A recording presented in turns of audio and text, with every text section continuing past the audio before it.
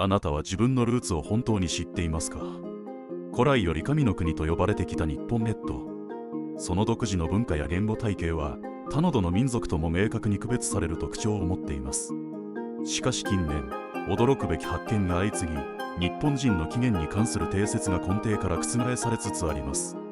2023年、北海道の洞窟から発見された7世紀の人骨から抽出された DNA の分析結果は、世界の考古学者たちを震撼させました。この DNA には、現代の日本人にもわずかに残る特殊な遺伝子配列 RH、ネガティブ因子が通常の10倍の濃度で存在していたのです。さらに衝撃的なことに、この特殊な遺伝子配列は、地球上のどの民族グループにも見られない独自のものでした。しかも、この DNA パターンは、南太平洋のイースター島で発見されたモアイ像の下から出土した人骨の DNA と驚異的な類似性を示していたのです。現代の遺伝学では説明できないこの事実。そして日本人に今なお残る他者の感情を察知するという特殊な共感能力。これらは偶然なのでしょうか？それとも私たちが教えられてきた歴史とは全く異なる真実が隠されているのでしょうか？一般的な歴史教科書によれば、日本民族の形成は単純明快です。紀元前1万年前の縄文時代に始まり、弥生時代に大陸から渡来した農耕民族との混血を経て、現代の日本人の基礎が形成されたとされています。文部科学省認定の学校教材では、日本人の DNA は主に北東アジア系 35%、東南アジア系 25%、そして縄文系 40% の混合であると教えられています。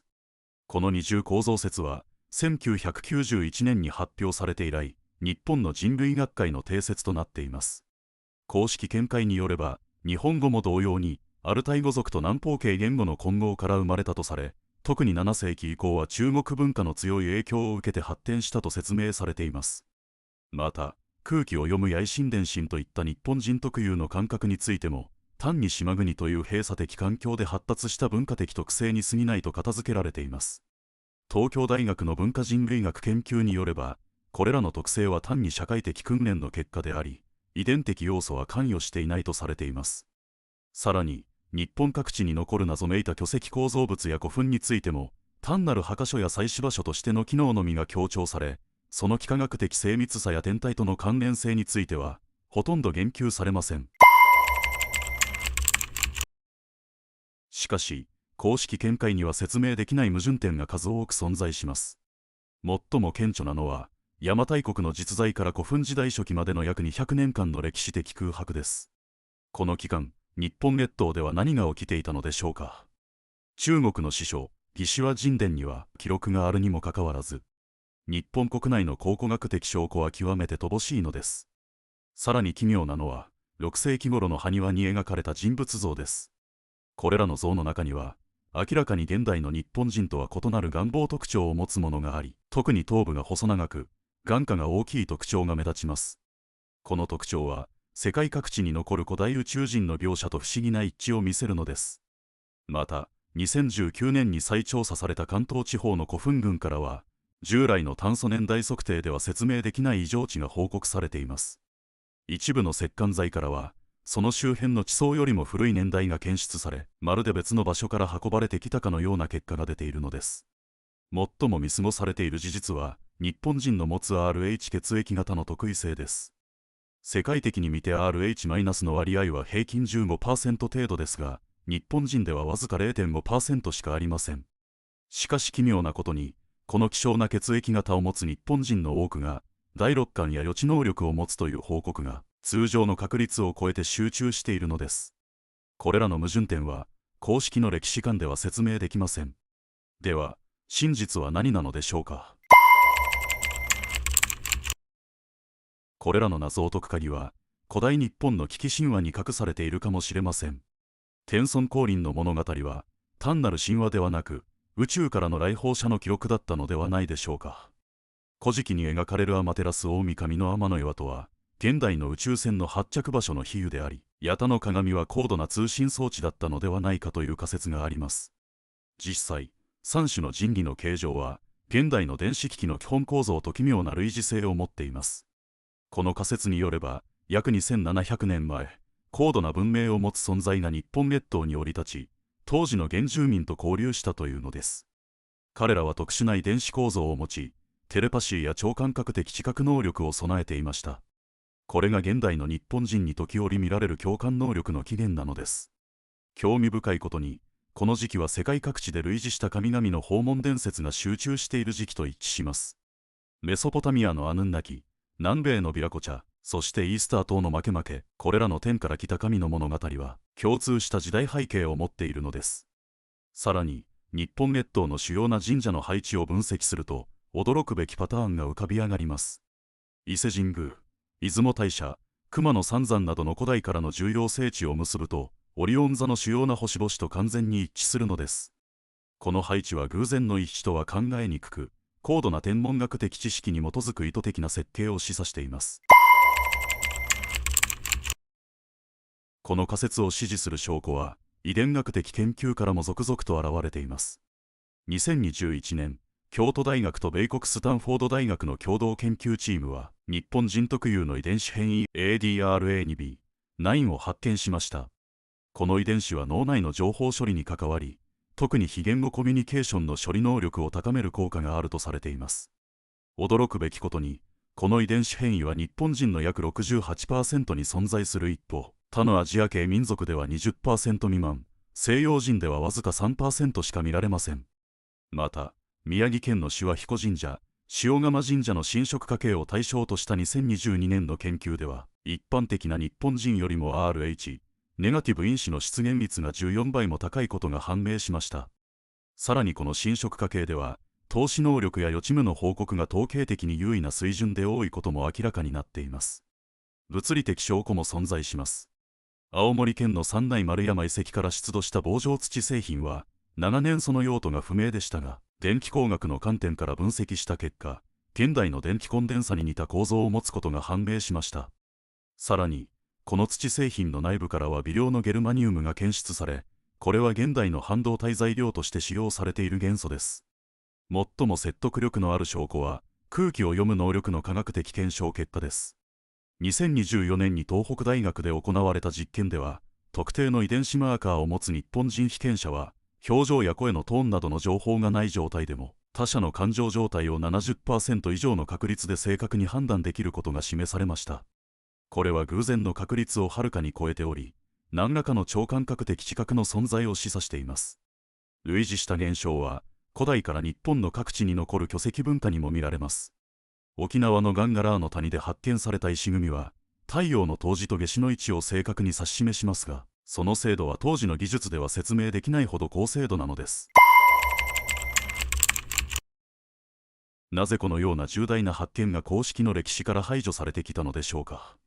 戦後の日本では GHQ による占領政策の一環として日本民族の起源に関する特定の研究が制限されていました。特に1947年から1952年にかけて国体思想に結びつく可能性のある研究は厳しく監視され、多くの資料が没収されたという記録が残っています。実は日本政府内には1972年に設立された秘密研究機関特殊人間能力研究所が存在していたという情報があります。この研究所は公式には1987年に解散したことになっていますが、実際には防衛省の管轄下で活動を続けているという証言が元職員から漏れ伝わっています。2018年にウィキリークスで暴露された外交文書によれば、1980年代に日米間で特殊能力者の共同研究に関する秘密協定が結ばれていたことが示唆されています。この協定には、特に日本人の超感覚的知覚に関する研究成果を共有する条項が含まれていたとされています。さらに興味深いことに、日本の皇室に関わる特定の古文書や遺物は、御物として一般研究者の立ち入りが厳しく制限されています。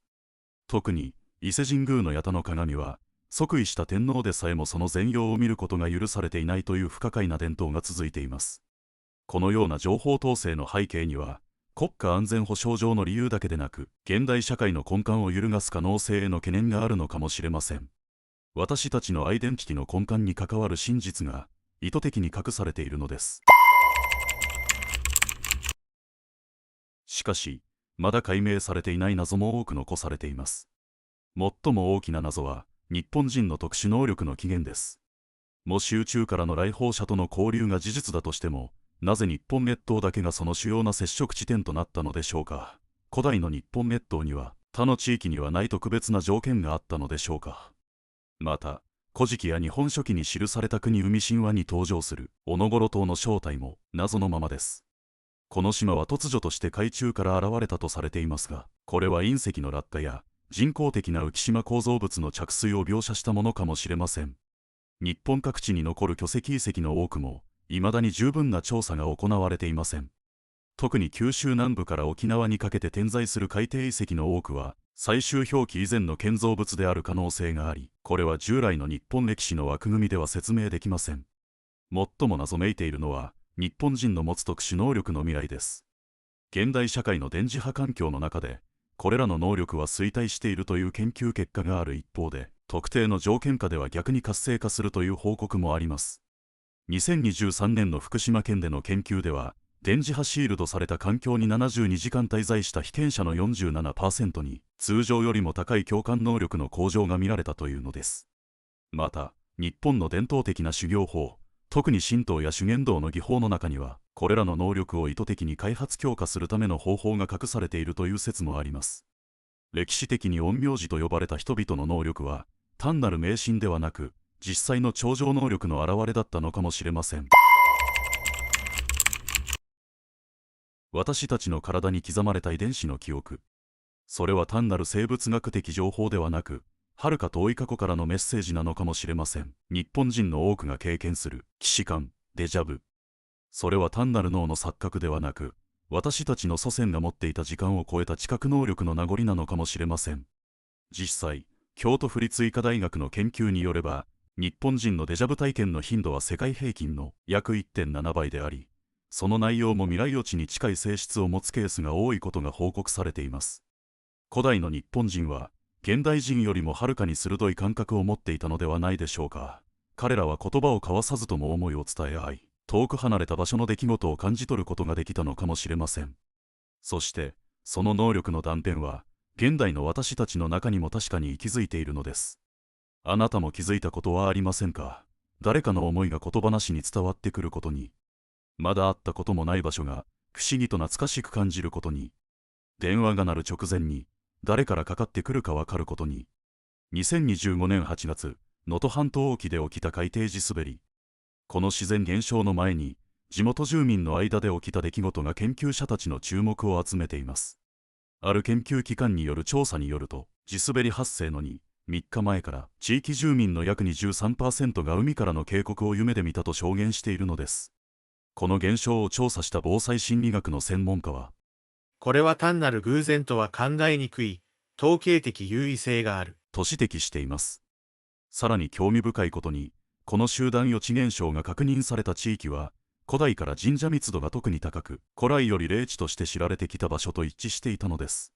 このような第六感と呼ばれる現象の背後に、日本人の特殊な遺伝的背景があるのではないかという仮説が、最新の研究で浮上してきました。理化学研究所と東京大学の共同研究グループによる大規模な日本人 DNA の解析結果が、その手がかりを提供しています。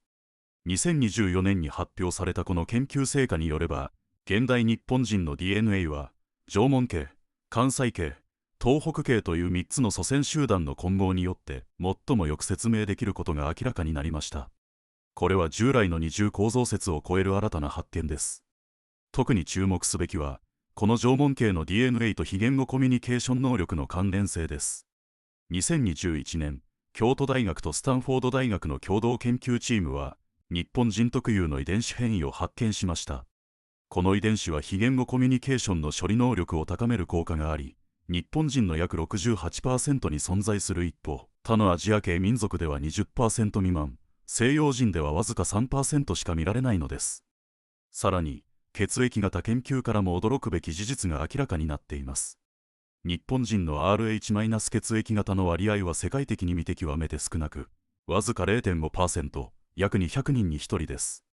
この希少な血液型を持つ日本人に超感覚的知覚の報告が集中しているという事実は、単なる偶然を超えた何かを示唆しています。2022年、宮城県の志波彦神社塩釜神社の神職家系を対象とした研究では、一般的な日本人よりも Rh- 因子の出現率が14倍も高いことが判明。さらにこの侵食家系では、透視能力や予知夢の報告が統計的に優位な水準で多いことも明らかになっています。物理的証拠も存在します。青森県の三内丸山遺跡から出土した棒状土製品を電気工学の観点から分析した結果、現代の電気コンデンサに似た構造を持ち、内部からは半導体材料として使用されるゲルマニウムが検出されています。縄文人はすでに高度な技術を持っていたのでしょうか。それとも別の文明から伝わった知識だったのでしょうか。